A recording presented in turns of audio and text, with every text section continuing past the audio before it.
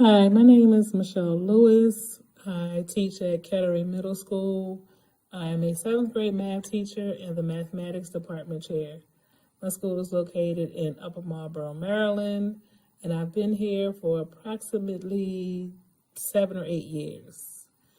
I started my career in education because I was working in the government and I realized that having to teach adults or talk to adults and repeat things just didn't make sense to me. And I had a passion for the youth, and I figured if I had to reteach and reteach, why not reteach it to the children who really needs to be retaught?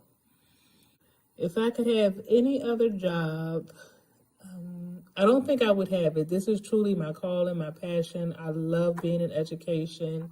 So I can't see me doing anything else. Maybe a different position, but I'll always be in education. How are kids different than 30 years ago? I'd say due to social media and the cable networks and the things on TV, they're exposed to a lot of things that, of course, 30 years ago they were not exposed to.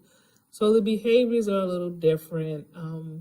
The government has made it as such that because you can't discipline or do certain things, the children are kind of feeling like they're in charge. So that's the biggest difference for me from 30 years ago.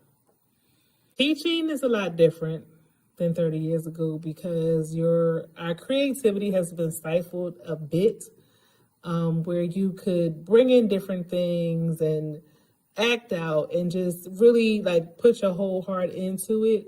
Now it's more structured and scripted and kind of telling you what to do, how to do it, what page to be on a certain date, what chapter. So that's the biggest difference I see now than 30 years ago. Someone new coming into education, I would tell them to just make sure that it is a passion. It's a part of you. It's in your heart, because the couple of months that we get off, the income that we're paid, it's not enough if your heart is not into it. If you're only in it for the summers off, which it's very minimal, it's short, or for the income, you will burn out and you won't last.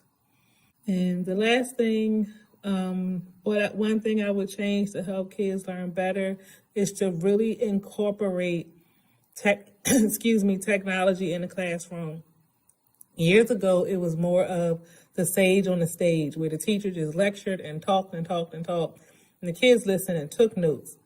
Now I feel like the students need to take ownership of their learning. They need to be a part of the teaching process.